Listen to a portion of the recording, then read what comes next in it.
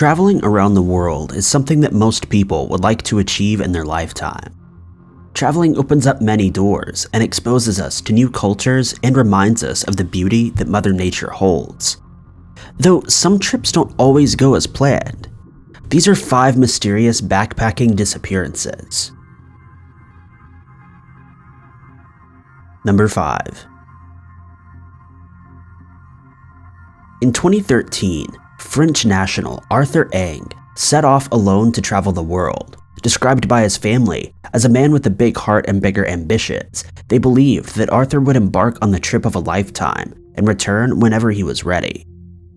Arthur had planned to make his trip around the world on foot, as he believed that planes caused too much pollution and didn't want to contribute to global warming.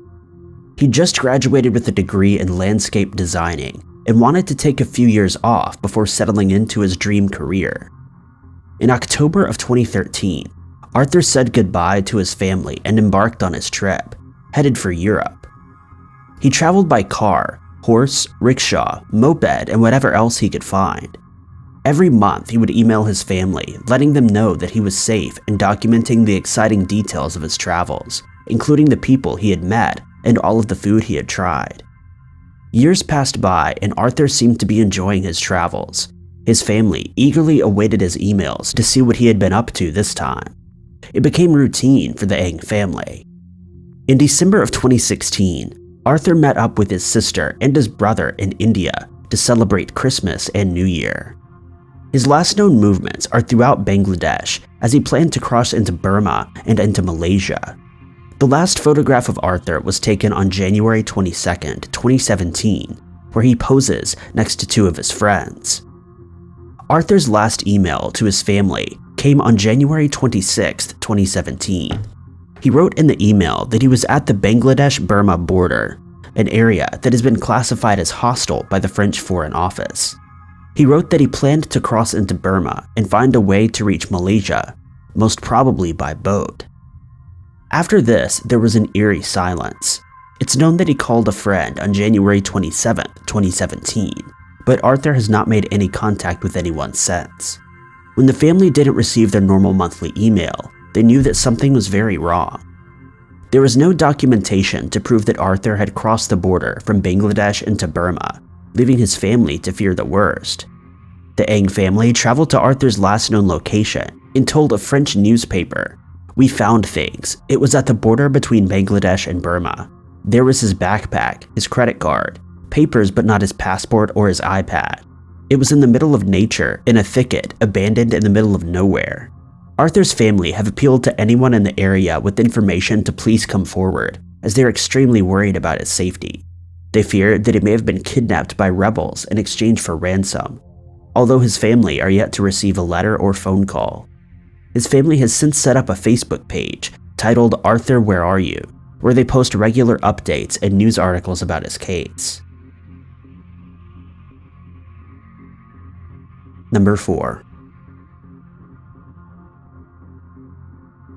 32-year-old Carol Turner embarked on a trip at the Oregon Pike Cactus National Monument in Arizona. The park is 1,340 square kilometers and lies on the border of Mexico.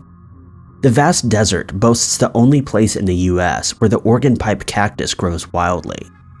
Carol, a postgraduate student at the University of New Mexico, planned to spend a few days in the park exploring the natural wildlife and flora it had to offer.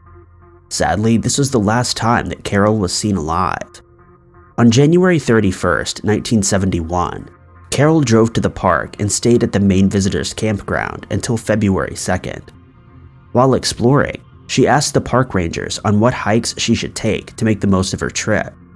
The ranger recommended the Dripping Springs area and the Bull Pasture Trail in the Ajo Mountains. According to locals and hiking enthusiasts, the Bull Pasture provides the best views of the Oregon Pike Monument and would be the perfect place for Carol to finish up her trip. The trail is recommended for experienced hikers as it climbs the rim of a canyon and along a ridge.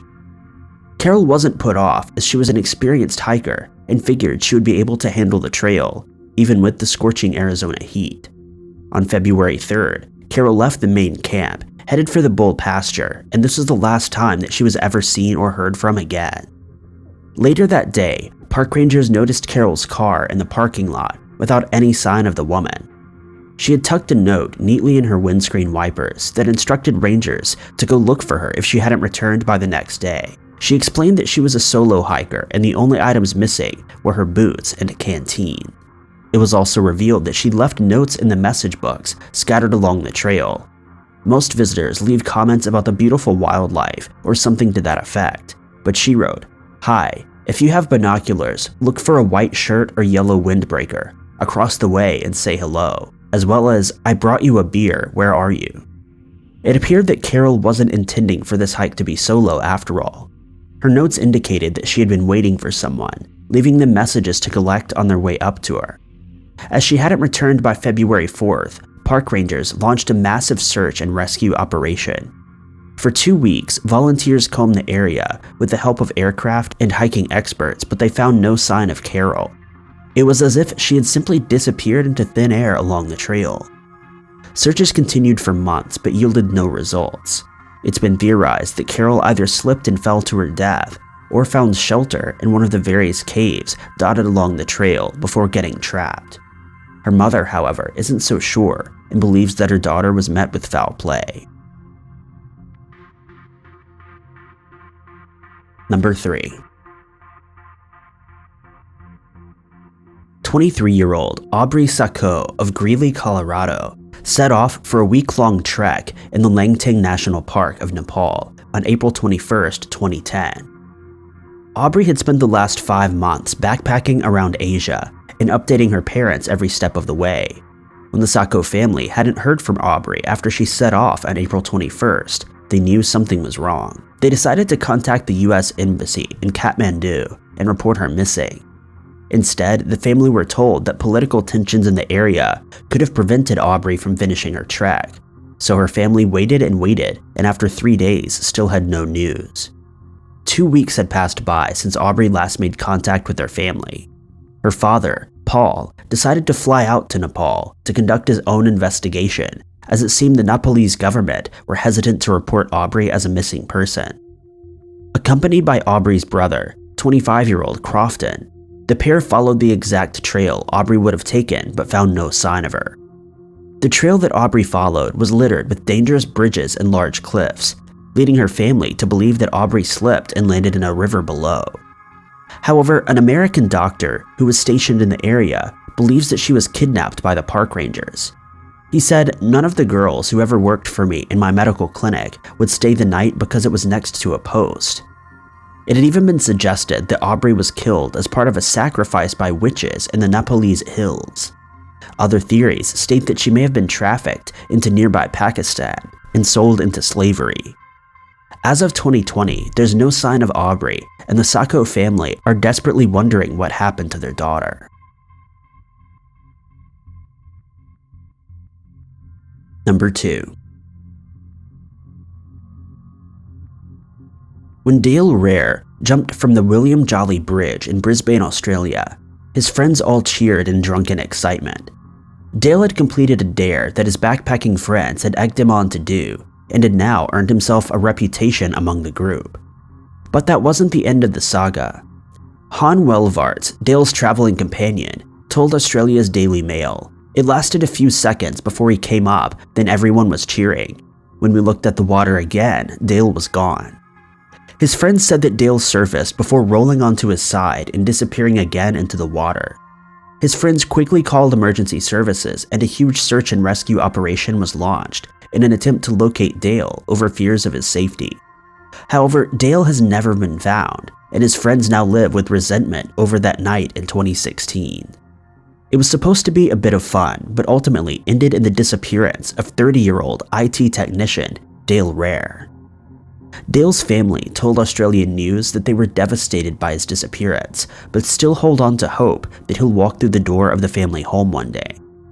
Australian police have reaffirmed their commitment to finding Dale, telling the Mirror newspaper, "I think you would probably find that people have been jumping off that bridge since the day it was built. Sometimes they live, sometimes they die. We'll continue our search until we find him." Number 1.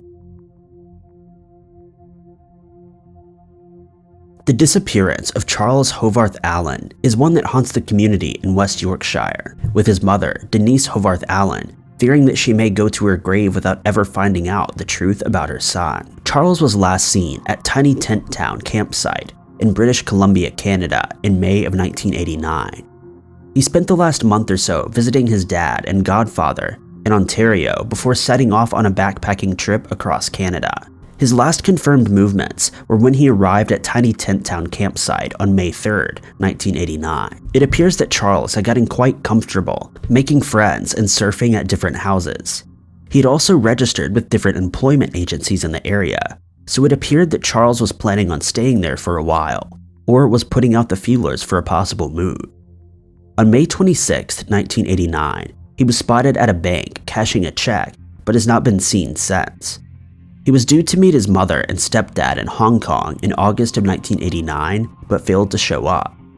When he failed to show, his mother reported him missing, and when the campsite was searched, police found his tent and all other belongings.